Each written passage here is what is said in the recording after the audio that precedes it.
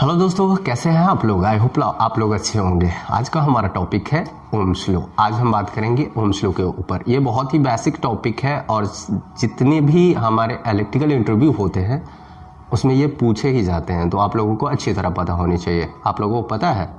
नहीं सर, हमें नहीं पता। तो चलो, नहीं पता है तो देख लेते हैं क्या होता है ओम्स लॉ। OHMS ये एक आदमी का नाम है जो एक साइंटिस्ट थे। उसका पूरा नाम है जॉर्ज साइमन ओम। सर, हमें पूरे नाम की क्या ज़रूरत है? भाई, पूरे नाम की ज़रूरत है। आपको इलेक्ट्रिकल में पूछे जाते हैं कि ओम का पूरा नाम क्या है, तो उसका पूरा नाम है जॉर्ज साइमन ओम। ठीक है। अब इसने क्या कहा, इससे पहले हम देख लेते हैं कि हमारा कोई भी एक सर्किट है, ये हमारा एक सर्किट है। ठीक है। हमें एक बल्ब जलाना है। ठीक है। एक बल्ब हमने कनेक्ट कर दिया, एक वोल्टेज कनेक्ट कर दिया, ये हमारा वोल्टेज है, तो इसमें करंट फ्लो होगा ही। और ये जो हमारा बल्ब है वो नाइक्रोन का होता है। ज़्यादातर हम देख लेते हैं, पहले के बल्ब की अगर बात करें तो नाइक्रोन का होता है। कोई भी बल्ब हो, दिक्कत नहीं है, रेसिस्टेंस तो होना ही है उसमें, तो इसमें कोई रेसिस्टेंस है। ठीक है। तो ये तीन चीज़ अगर आप जान जाते हैं इलेक्ट्रिकल में कि वोल्टेज, करंट और रेसिस्टर, तीन चीज़ तो होती है ना इलेक्ट्रिकल में, तो उसने ये तीन चीज़ तो देखी सर्किट में। अब उसने ये पता लगाना स्टार्ट कर दिया कि ये तीनों में संबंध क्या है। आप ऊपर देख सकते हैं क्या संबंध है। कुछ इस तरह का संबंध नहीं है, हम इसका कुछ और संबंध दिखाने की कोशिश कर रहे हैं। आप उधर देख सकते हैं कि वो क्या हो रहा है, कौन किसको रोक रहा है, कौन किसको धक्का मार रहा है। ठीक है। तो यहाँ पे हम इसका संबंध किसने बताया? हमें ओम्स ने बताया। ओम्स ने क्या कहा पता है? ओम्स ने कहा कि किसी भी सर्किट में, मान लेते हैं ये सर्किट में है, इसमें जो करंट फ्लो हो रहा है, यानी करंट जो जा रहा है वो वोल्टेज के डायरेक्टली प्रोपोर्शनल होता है। यानी कि करंट हमारा वोल्टेज के डायरेक्टली प्रोपोर्शनल होता है। यानी कि हम करंट बढ़ाएंगे तो हमारा वोल्टेज भी बढ़ेगा, या तो वोल्टेज बढ़ाएंगे तो हमारा करंट बढ़ेगा। दूसरा उसने ये कहा कि जो करंट है ना वो हमारा रेसिस्टर के इन्वर्सली प्रोपोर्शनल है। यानी कि करंट बढ़ाएंगे तो हमारा रेसिस्टेंस घट जाएगा और करंट घटाएंगे तो हमारा रेसिस्टेंस बढ़ जाएगा। तो कुछ इस तरह का स्टेटमेंट उसने दिया।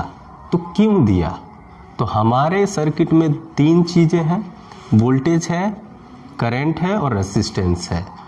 तो अगर इलेक्ट्रिकल की किसी भी चीज़ में अगर आपको जाना हो, किसी भी सर्किट की बात करें, तो ये तीन चीज़ों आपको पता होनी चाहिए। अगर किसी जगह पे एक चीज़ नहीं है तो क्या आप सर्किट कंप्लीट कर पाएंगे? आपको पता चल पाएगा कि वोल्टेज कितना है, करंट कितना है, रेसिस्टेंस कितना है, अगर तीनों में से कोई एक गायब हो? तो सर, हमें क्या ज़रूरत है पता करने की? भाई, पता करने की ज़रूरत क्यों नहीं है।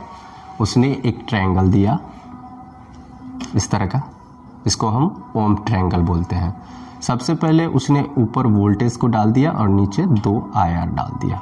तो इससे हम ये सारे निकाल सकते हैं। हमें I की ज़रूरत पड़े तो I भी निकाल सकते हैं। अगर हमारे पास वोल्टेज और करंट, वोल्टेज और रेसिस्टर है तो हमें R की ज़रूरत पड़े तो R भी निकाल सकते हैं। अगर हमारे पास वोल्टेज और करंट है तो, और हम वोल्टेज भी निकाल सकते हैं अगर हमारे पास I और R है तो। इसका फॉर्मूला क्या होता है? V = अगर V का लिखना है तो हमें IR हो जाता है।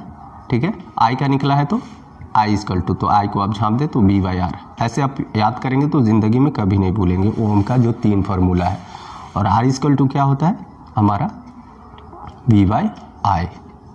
तो कुछ इस तरह का तीन फार्मूला है जिससे हम ये, अगर IR है तो V निकाल सकते हैं, V और R मालूम है तो I निकाल सकते हैं, और V और I मालूम है तो R निकाल सकते हैं। तो ये चीज़ ओम्स ने कहा कि किसी भी सर्किट में अगर करंट, वोल्टेज और रेसिस्टर है तो उसका संबंध कुछ इस तरह का है। अब हम ये क्यों पढ़ते हैं? किसी भी सर्किट में हमें क्या ज़रूरत है ये चीज़ सब जानने की। तो मान लेते हैं हम आपको एक बल्ब देते हैं, 2 वोल्ट का बल्ब है। ठीक है। 220 मिली एम्पियर का उसका करंट है। ठीक है। जो लेड है, मान लेते हैं ये लेड है हमारा, जिसकी वैल्यू इतनी है, ये पॉजिटिव है, ये नेगेटिव है। उसको हमें जलाना है कितने से? 9 वोल्ट बैटरी से। हमने एक बैटरी दे दिया और उसको जलाओ, प्लस माइनस। कुछ इस तरह का होता है वो बैटरी हमारा। क्या इसको जला पाएंगे? कैसे नहीं जला पाएंगे सर, जोड़ देंगे जल जाएगा। तो चलो जोड़ के देखते हैं। मान लेते हैं ये पॉजिटिव को पॉजिटिव के साथ जोड़ दिया, नेगेटिव को नेगेटिव के साथ, तो क्या ये जलेगा? बिल्कुल नहीं जलेगा, क्योंकि ये तो हमारा 9 वोल्ट का है और हमें चाहिए 2 वोल्ट, तो ये बॉल तो फूट जाएगा। तो हमें क्या क्या पता है यहाँ पे? वोल्टेज भी पता है और करंट भी पता है। तो हम यहाँ पे क्या मिस कर रहे हैं इस सर्किट में? रसिस्टर। रसिस्टर क्या करता है? करंट को अवरोध करता है, यानी रोकता है, हमें ज़्यादा नहीं लेने देता, जितनी ज़रूरत होती है उतनी ही चाहिए। तो यहाँ पे हमें क्या निकालना है? रसिस्टर। बॉल को बचाने के लिए हमें रजिस्टर की ज़रूरत पड़ेगी। तो अब कितना ओम का रसिस्टर चाहिए? तो यहाँ पे देख लीजिए हमारा टोटल वोल्टेज है 9 और हमें चाहिए 2 वोल्ट। तो 2 वोल्ट तो ज़्यादा कितना आ रहा है? 7 वोल्ट। और ये 220 मिली एम्पियर है, तो इसको एम्पियर में कन्वर्ट कर देंगे तो 0.02 एम्पियर हो जाएगा। ठीक है, तो यहाँ पे हमारे पास वोल्टेज भी है और करंट भी है। तो हमें क्या चाहिए? आर निकालना है। तो आर इक्वल टू क्या होता है? अब यहाँ पे देख लीजिए V/I, यहाँ पे भी देख सकते हैं V/I। V है, I है, ठीक है। V हमारा कितना है? 7 और I कितना है? 0.02। तो इसको अगर कट करेंगे तो 350 ओम आ जाएगा। अब ये 350 ओम आ गया हमारा रेसिस्टर। तो अब हम इस बल्ब को जलाएंगे तो जलेगा। वो कैसे जलेगा? तो यहाँ पे देखिए हमने एक बैटरी दे दी जो 9 वोल्ट का है, प्लस नेगेटिव हमारा एलईडी है, ठीक है। ये हमारा एलईडी है जो पॉजिटिव है और एक नेगेटिव है। नेगेटिव के साथ तो नेगेटिव जोड़ देना है। पॉजिटिव में हमें क्या देना है? रेसिस्टर देना है। वो कितना ओम का होनी चाहिए? 350।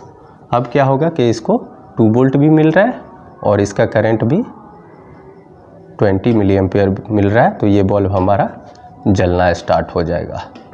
तो आप लोगों ने क्या सीखा इससे?